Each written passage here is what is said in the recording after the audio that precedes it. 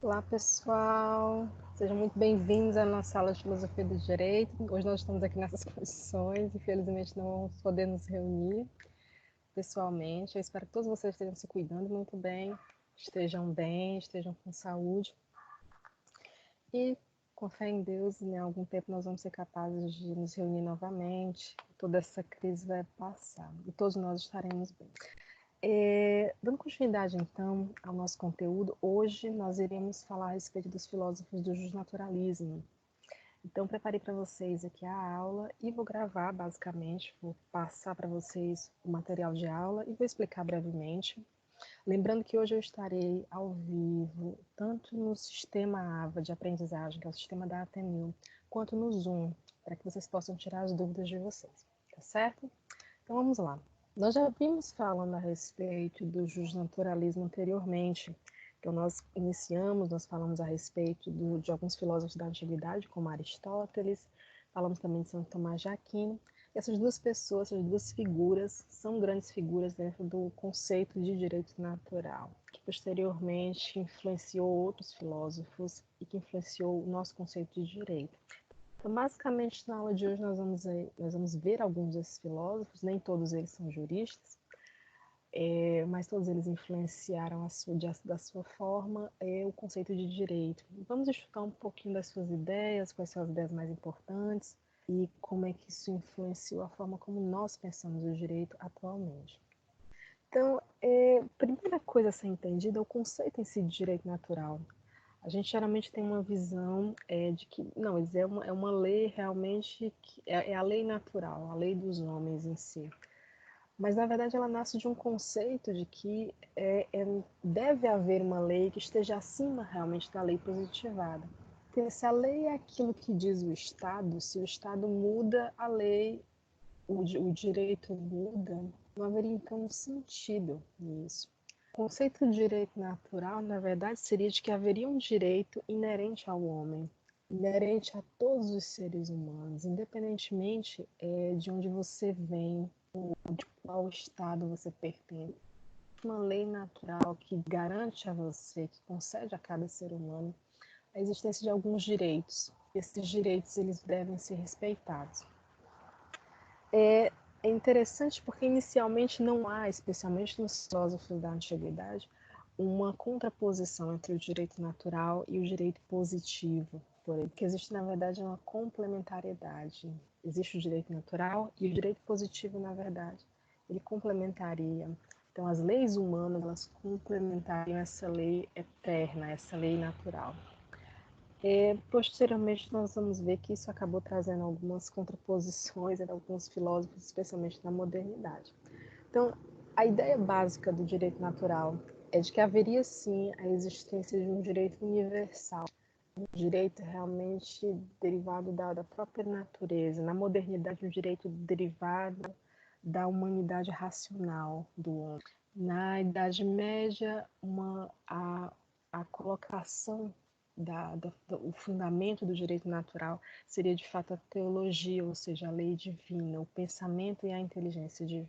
Na modernidade, esse conceito de que haveria uma legislação, uma lei que nasce com os homens, uma lei natural que abarca todos os homens, essa lei ela iria fundamentar o próprio contrato social.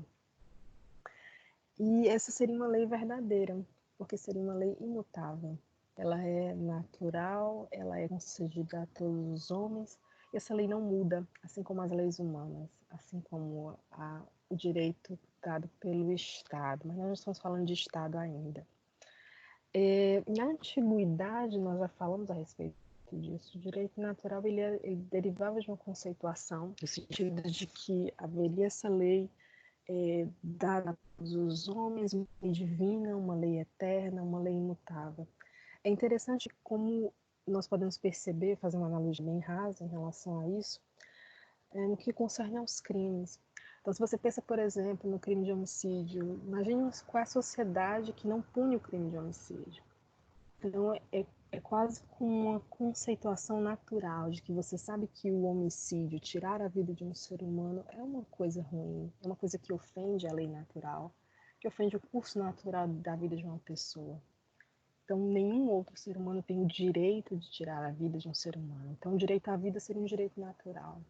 O seu direito natural, o seu direito de se defender, o direito de defender a sua própria vida.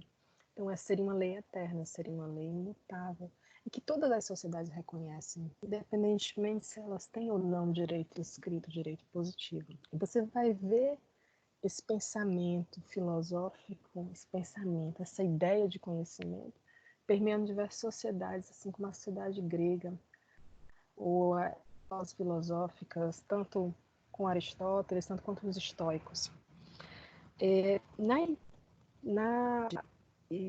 Na época da antiguidade, um texto que chama muita atenção, porque a grande pergunta desse texto é exatamente se haveria qual seria a lei mais importante? Seria a lei humana ou seria a lei divina? E aqui eu recomendo para vocês a leitura de um texto, que é um texto de Sófocles, que é a Tragédia de Antígona.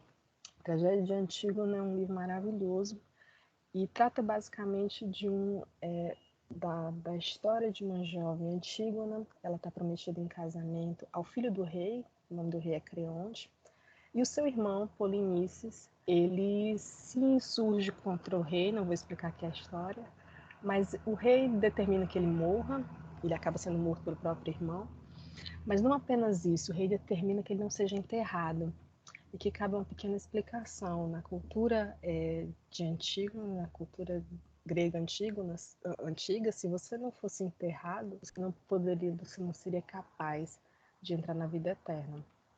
Então, o que o rei Creonte estava imputando ao Polinices, ao infrator, seria não apenas uma pena humana, ou seja, a morte, mas também uma pena divina, no mundo divino. Só que Antígona vê isso como um absurdo, porque a lei divina manda que se enterre o ser humano, para que ele tenha a chance de entrar na vida eterna. Então, Creonte não teria esse direito. Creonte representa aquele Estado, ele não teria esse direito de tirar de Polinices a chance de entrar na vida eterna. Então, ela se insurge contra isso. A lei divina manda que se enterre.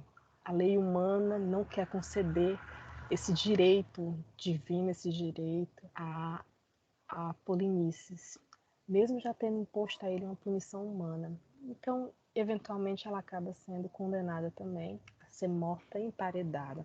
Então, a história é bem triste, mas a defesa de Antígona em relação à existência de uma lei divina, de uma lei natural, de uma lei que está acima da lei humana, a gente poderia já considerar como um texto base para o entendimento do direito natural. Posteriormente, nós temos aí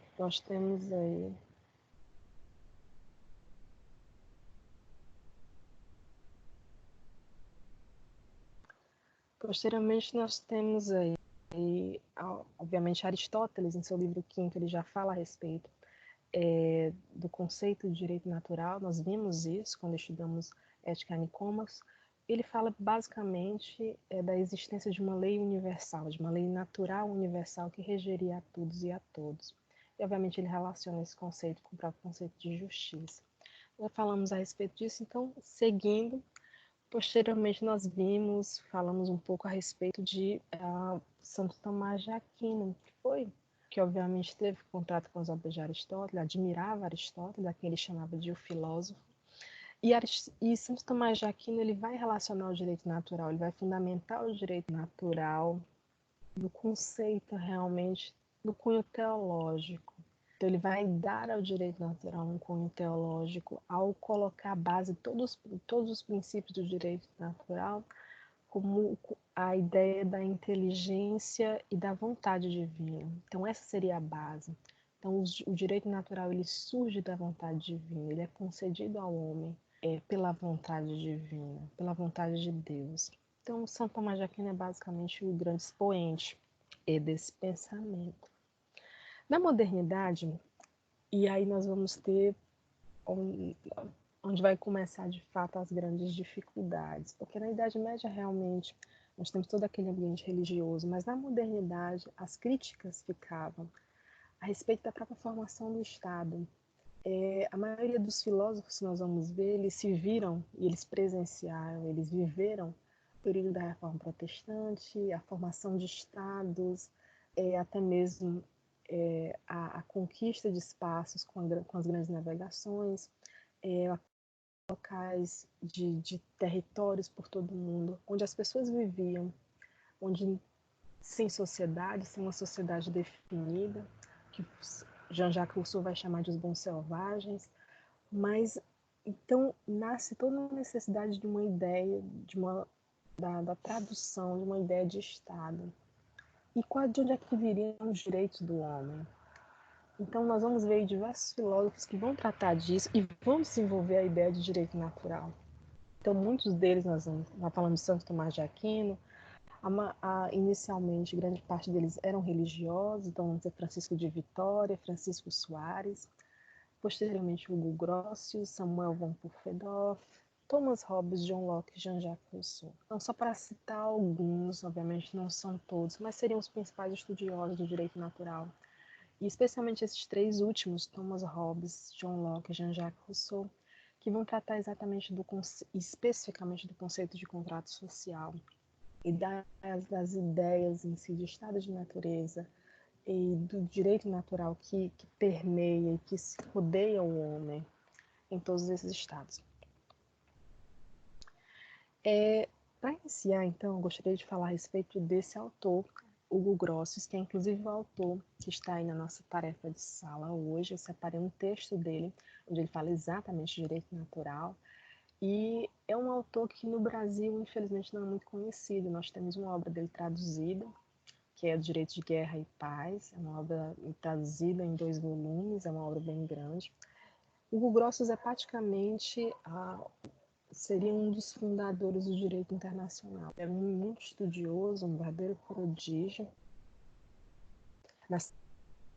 E ele naquela época, a Holanda era um estado que se vê em meio a guerras religiosas, no sentido de que, com a reforma protestante, a maioria dos holandeses toma o caminho do calvinismo, e o que inicialmente seria uma guerra para tirar realmente o poder da Igreja Católica, de repente os holandeses se veem uma espécie de teocracia estatal, em que o calvinismo dominava todo o Estado. E o Grotius, como grande pensador, ele começa a pensar sobre isso, que talvez nós tenhamos abandonado um jugo para pegar um outro jugo, abandonamos um soberano para termos outro soberano. Então ele se volta realmente para as discussões a respeito do direito natural, a respeito dos direitos do homem em si. Nessa obra especificamente, o direito da guerra e da paz, ele vai tratar basicamente do que deveria ser feito no caso realmente da guerra entre dois territórios, entre duas nações, dois estados. E quais são os direitos que são inerentes a cada homem, a cada ser humano. Especialmente quando a gente pensa, acho que o texto do livro, o texto em si é perfeito, porque a guerra, de fato, ela é o grande extremo dos direitos do homem. No meio de uma guerra, quais são os direitos do homem os direitos mais básicos do ser humano são desrespeitados. Então você vai para uma guerra para matar ou para morrer. Os territórios daquelas pessoas, do seu inimigo, o seu objetivo é conquistar os territórios, o seu objetivo é destruir o seu inimigo, o seu objetivo é subjugar o seu inimigo. Então, os direitos mais básicos do ser humano são colocados sobre a mesa. E o que o Grotius vai discutir, vai realmente tratar, é quais são esses direitos fundamentais. Porque se você realmente vai em busca de conquistar um território, você não está interessado na lei daquele povo, na lei escrita. Você vai realmente impor o seu pensamento, para impor a sua nova lei. Então, ele vai tratar de todas essas questões no seu livro e vai tratar dos direitos mais básicos do ser humano. É uma obra fantástica em si. E o grande diferencial de Hugo Grotius é exatamente diferenciar o seu pensamento de direito natural do pensamento teológico. Ele acreditava em Deus, obviamente, mas para ele se origina na natureza humana racional. Então, independentemente se você acredita ou não em Deus, como um ser humano, com uma natureza humana racional, você é capaz de analisar e de perceber que existem direitos, e existe um direito natural que rege e que pertence a cada um dos homens. Então, copiei aqui um trechinho da obra em si, onde ele trata, os cidadãos chamam de direito uma faculdade possuída por todos os homens. Esse direito inclui o poder que temos sobre nós mesmos, que se chama liberdade. Assim como também inclui a propriedade. É injusto aquilo que é repugnante à natureza da sociedade estabelecida entre criaturas racionais. Desse modo, tomar de alguém algo que lhe pertence, por exemplo, em mero benefício de si mesmo, é repugnante à lei da natureza. Então, basicamente, aqui a gente tem uma ideia do que ele entende por justiça e do que ele entende por injustiça.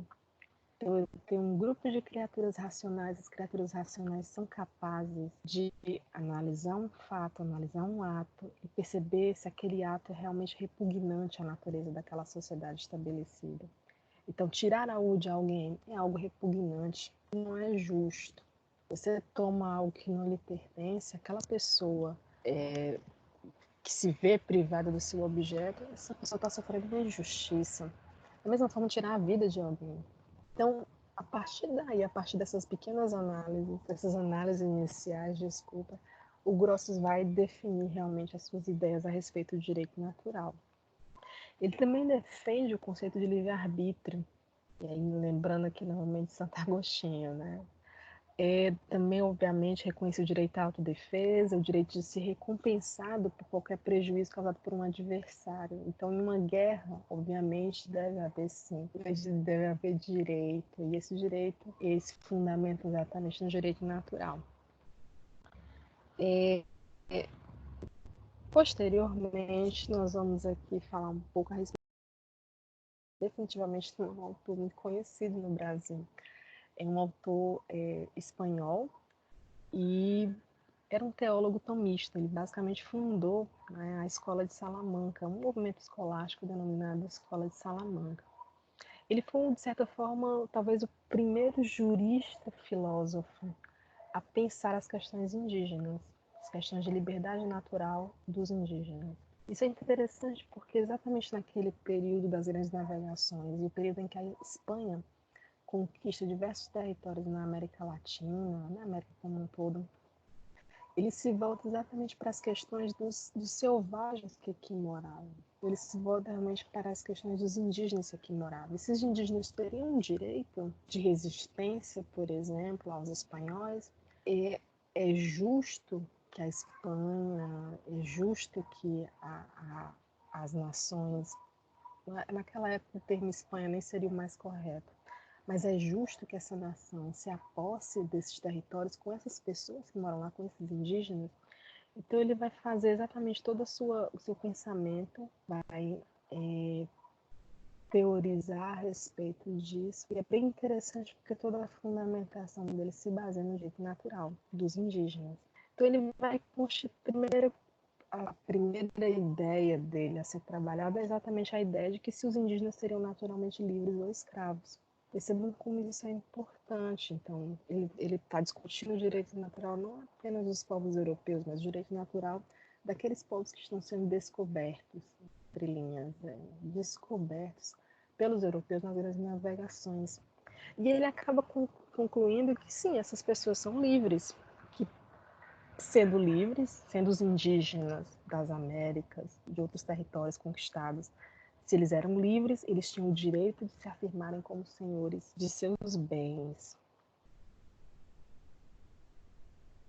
Então, esse direito das gentes, ou seja, esse direito natural, ele seria inalienável e, obviamente, pertencente também aos indígenas. Logo, a conclusão óbvia disso é de que os europeus eles não teriam esse direito de invadir ou de cortar, sem dar aos indígenas o direito a uma guerra justa, ou seja, o direito de se defenderem, o direito de resistirem. Imagine aí a dificuldade dele defender essas ideias exatamente naquela época, né? Especialmente considerando o país onde ele estava, onde ele morava. Então, para Francisco de Vitória, a ideia, o direito natural, o naturalismo suporia a existência de um direito universal estabelecido pela natureza. Ele chega a essa conclusão exatamente analisando os indígenas. Então, se todos os homens nascem com esse direito, ou nascem como criaturas racionais, para usar o termo de Hugo Gross, nascem com essa percepção de direito, obviamente os indígenas também.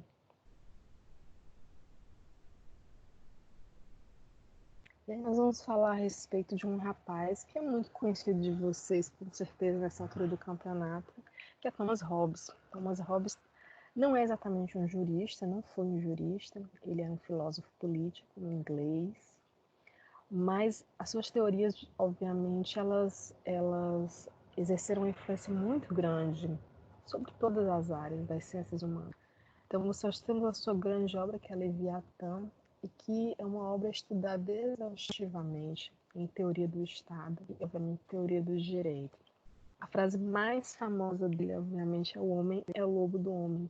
Então, a ideia em si de Thomas Hobbes, aí nós vamos ver quando ele teoriza exatamente a respeito do contrato social, é realmente a ideia de que no estado de natureza o homem é mau. Ou seja, num estado longe do Estado, em uma situação onde o ser humano está longe do Estado, ele está no completo estado de natureza, não existe a legislação positivada, só existiria realmente o homem em seu estado natural.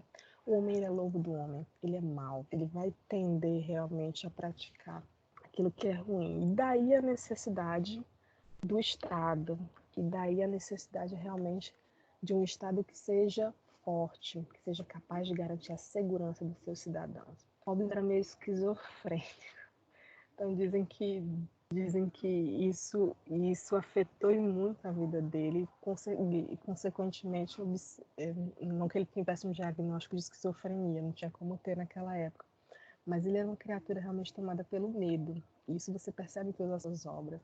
A necessidade de garantir a segurança das pessoas o tempo todo, que um Estado seja forte. Isso é muito claro nele, no sentido de que para Hobbes não se deve confiar nos homens, deve confiar em todos os homens. Então, daí a necessidade do Leviatã.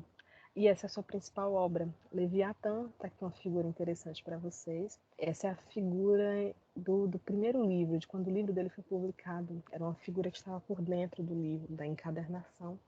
E aqui aparece o Leviatã. O Leviatã é inclusive um termo bíblico, na Bíblia se fala do Leviatã no livro de Jó. O Leviatã seria uma criatura marinha, gigantesca, que traria muito medo para os navegantes, para os seres humanos. E Hobbes ele se apropria dessa ideia do Leviatã para falar do Leviatã como a figura do Estado, ou seja, uma criatura forte, uma criatura capaz realmente de, com um poder forte, com um poder despótico, ser capaz de garantir a segurança dos cidadãos. Então, algumas das suas principais ideias, a principal de todas é realmente a ideia de contrato social, ou seja, uma espécie de acordo entre a nação e o governante, e onde de alguma maneira os governados eles abrem mão de alguns direitos, como por exemplo o seu direito à liberdade, ou até mesmo um direito social como a democracia, e reconhece o poder desse soberano, ou seja, eu concedo ao soberano alguns dos meus direitos, eu cedo esses direitos em troca de segurança, de que esse soberano venha a me proteger enquanto cidadão. Lembrando que para Hobbes, no estado de natureza, o homem é mau. Então, o contrato social ele é uma necessidade, ele vem realmente para ajudar os homens. Então, se no estado de natureza eu, como ser humano, não posso confiar em ninguém, porque todo mundo é lobo de todo mundo, quando eu estabeleço o contrato social, eu tenho realmente um Estado capaz de me proteger, capaz de me dar segurança. E eu abro mão da liberdade que eu teria no estado de natureza. Eu teria liberdade, mas eu viveria em incerteza. Enquanto dentro do contrato social, eu abro mão dessa liberdade, mas eu tenho segurança. Ele acaba sendo criticado, ele vai ter uma visão meio mecanicista dos seres humanos em relação aos seus comportamentos, em relação aos seus sentimentos. Na obra O Leviatã, você já percebe uma espécie de defesa do relativismo moral, especialmente em relação ao governante. O governante, tendo o poder absolutista, tendo o poder despótico, ele é capaz de exercer, de praticar muitos atos que não são necessariamente morais, não seriam necessariamente bons ou justos, mas seriam necessários para garantir a segurança dos cidadãos. E, obviamente, ele defende muito claramente a presença de um Estado forte. O Estado deve ser forte. O Estado não é forte, ele não vai ter como garantir a segurança do cidadão. Ele não vai ser capaz de garantir a segurança dos súditos. Então, o Estado, ele deve realmente ser a representação do Leviatã, do monstro mitológico. Ele deve ser realmente a representação de uma pessoa forte. O governante deve ser essa pessoa capaz de garantir a segurança, nem que seja pelo medo. E aí vamos falar um pouquinho a respeito de Samuel von Pufendorf, que eu acho que poucos de vocês já ouviram falar, mas talvez seja dentre os filósofos que nós vemos hoje, um dos mais importantes. Ele era um jurista alemão e durante muito tempo o pensamento dele influenciou muito as escolas de direito e a forma como o direito era ensinado na Europa. E Pufendorf era um justnaturalista, ele defendia o direito natural. O pensamento dele é um pensamento muito amplo. No Brasil nós não temos muitas traduções do Pufendorf, nós temos em português, nós temos essa obra especificamente, que trata dos deveres do homem e do cidadão. A maioria das obras dele estão em alemão ou em inglês, né? É possível encontrar. O que chama muita atenção em relação a Samuel von Pufendorf é que ele foi muito influenciado por Hobbes. Ele é bastante influenciado por Hobbes no sentido realmente de reconhecimento do estado de natureza, da importância do Estado, mas em se tratando da forma como ele descreveu o contrato social e o pensamento dele em relação ao Estado não é o pensamento de Hobbes. Ele não vê o Estado como um leviatã. O pensamento de Pufendorf a respeito do contrato social está muito mais para Rousseau. E aí por isso que nós dizemos que ele pode ser considerado um precursor de Jean-Jacques Rousseau. O conceito realmente que o contrato social é um acordo é um pacto de vontades, ou seja, a soma da vontade de todos, dos cidadãos e do governante. Não é simplesmente esse governante forte e te oferece segurança em troca da sua liberdade. Então, ele vai dizer basicamente que a vontade do Estado é a soma das vontades individuais que o constituem e que tal associação explica o Estado. Então, o Estado ele é essa soma da vontade dos indivíduos com a vontade do governante. E é a partir daí que a gente precisa começar a compreender o Estado. Ele desenvolveu toda a sua teoria com base nisso. Desenvolveu inclusive a sua teoria jurídica, a sua teoria do direito, com base nessa concepção. Nessa obra dele, Os Deveres do Homem e do Cidadão, ele vai tratar de diversos aspectos do direito natural e também de diversos aspectos políticos do que ele via como contrato social. É uma obra bem interessante para nós, juristas. Inicialmente, ele divide a ideia de que os principais conceitos relativos ao direito natural seriam 6. Então, o primeiro deles, o direito natural tem a pretensão de consolidar os princípios universais que fundamentam os deveres comuns de todos os homens, em todos os tempos e em todos os lugares. Existe um caráter universal no direito natural.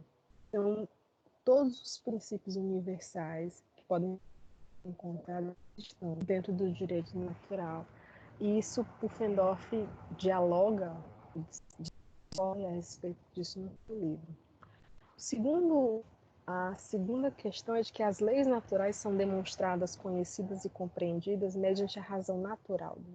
Então, aqui temos pensamento aqui de Grosso. Então, você é capaz de compreender a lei natural com a sua capacidade racional. O ser humano, com a sua razão natural, com a sua capacidade natural, ele é capaz de perceber e de observar a lei natural. Ele não precisa de outro auxílio a não ser das suas faculdades racionais. Novamente, ele fundamenta. O fundamento do direito natural para Pufendorf não seria a origem divina, seria, na verdade, a racionalidade humana.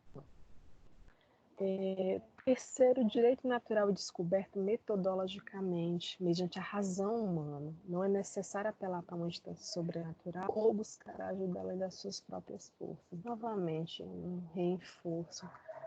Você é capaz de observar e de visualizar o direito natural se você é capaz realmente de utilizar a sua racionalidade. Você não precisa de nenhum outro intermédio, de nenhum outro artifício.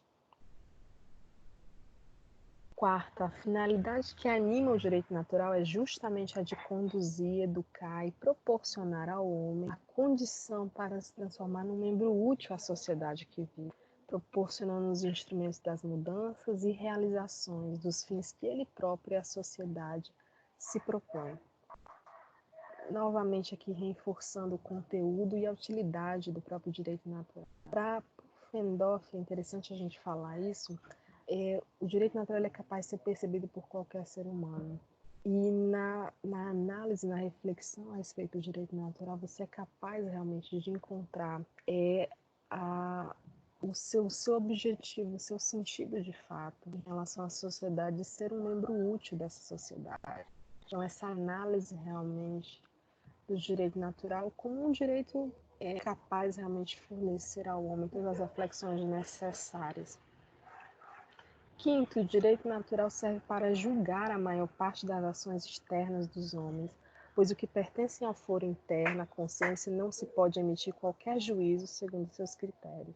Novamente, o direito natural ele é capaz de fornecer ao ser humano, e aqui obviamente aos juristas isso fornece uma grande ferramenta. O direito natural ele é capaz de fornecer ao ser humano todas as ferramentas para que nós possamos julgar as ações externas de um ser humano. Então, na lei natural, nos princípios do direito natural em relação aos direitos mais básicos do ser humano, aos direitos naturais do homem, eu sou capaz de, a partir daí, teorizar e julgar todas as ações humanas. E, por fim, o direito natural considera a natureza corrompida do homem, lembrando aqui que Pufendorf sofreu uma grande influência por parte de Hobbes. Uma vez sem o reconhecimento dessa limitação, seria difícil admitir a possibilidade do homem viver em sociedade, em paz com seus semelhantes. Então, Pufendorf, ele, obviamente, no fim da sua vida, ele vai e migra um pouco. O conceito de contrato social dele é muito parecido com o Jean-Jacques Rousseau, mas não podemos esquecer, de fato, a sua influência vinda de Thomas Hobbes, no sentido de realmente ver o ser humano como uma pessoa corrompida, de natureza corrompida. Então, o homem se refugia no Estado, e ele sabe que dentro do estado de natureza, apesar de ter a sua liberdade plena, ele não vai ser capaz de garantir a própria segurança sua e dos seus. Porque a natureza corrompida do homem ela é um problema, e por isso é mais seguro estar em sociedade. E é por isso que o direito, ele é sim uma das principais ferramentas do direito natural e da própria sociedade para a manutenção da ordem. É exatamente por entender a natureza corrompida do homem, aceitar essa natureza, que Pufendorf defende a necessidade, de fato, do direito dentro do Estado. O princípio mais importante do direito natural é que todo homem tem o dever de cultivar e preservar a sociabilidade, que é um escrito de Pufendorf ainda. E, por fim, o respeito, a igual dignidade, a benevolência são três deveres que servem para justificar as obrigações nas ações políticas e nos atos jurídicos praticados pelos indivíduos na sociedade. Orientam as relações intersubjetivas que se utilizam da linguagem, como contratos, pactos, promessas, compras e vendas de propriedades, doações, heranças, mas também deles derivam as obrigações próprias dos indivíduos como membro de uma família e de um Estado. Por fim, a própria ideia de contrato social para Pufendorf, o Estado é uma pessoa composta, cuja vontade, formada a partir dos pactos de vários indivíduos, é considerada a vontade de todos e deve valer-se da força e da capacidade deles para realizar a paz e a segurança comum. Bom, isso é tudo por hoje, pessoal. Eu vou estar no Aluno Online, no AVA, desculpa, e no Zoom, para tirar as dúvidas de vocês daqui a pouquinho. Então, vou ficar esperando por vocês, espero que vocês tenham muitas dúvidas, tá certo? Um abraço e até mais.